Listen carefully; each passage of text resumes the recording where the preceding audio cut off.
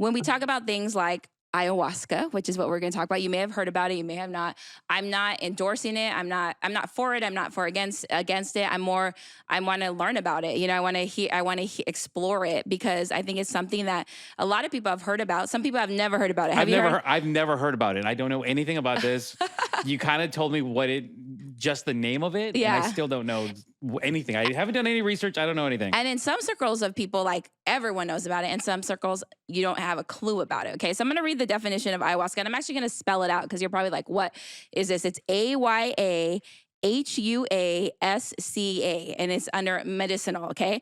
So ayahuasca is a South American psychoactive brew used both socially and as a ceremonial spiritual medicine among the indigenous people of the Amazon basin, okay? Okay, so you're probably more confused, right? A lot of celebrities have talked about it. I know Michelle Rodriguez got a lot of bad press for it when a video of her on ayahuasca came out because you supposedly go through all these, this is what I've heard about, you go through all these crazy trips, it's like this whole like you heal, you throw up, like it's just like crazy. Before we get into all that, I'm going to bring in my good friend Cesar Valen. How are you? I'm good. How are you? Good. So he owns a restaurant here in San Diego, Cloak and Pedal. He also has a podcast. What's the name of the podcast? Iron Minds Podcast. Yeah, and then he's very open with everything he's gone through. And you have been a big proponent of ayahuasca. I've heard you talk about it, but we haven't had a full conversation purposely because I wanted to save it for the podcast. Yeah.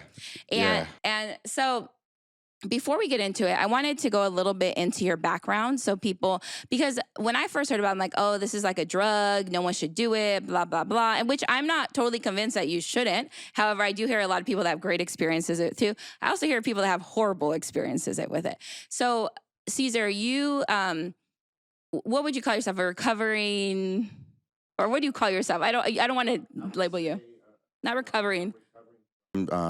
Years of just sedating myself, you know, and zoning out and tuning out of my life, you know, and over the last, I feel like my journey of self-discovery has started when I was like 14 years old, and my dad used to make me write stuff on paper over and over and over again. But over the last 5 years, I've really dug deep inwards, introspectively. And when you say sedating yourself, what do you mean exactly? I mean, injecting myself with no needles, but anything from here and under the sun with anything that like would sedate me, whether it was drinking for 16 years straight, nearly every day, even if it wasn't a lot. I didn't want to come to terms that I had a problem drinking, doing recreational drugs regularly, and just, abusing. I was, addicted to pain pills for such a long time. I almost had to go to rehab for that.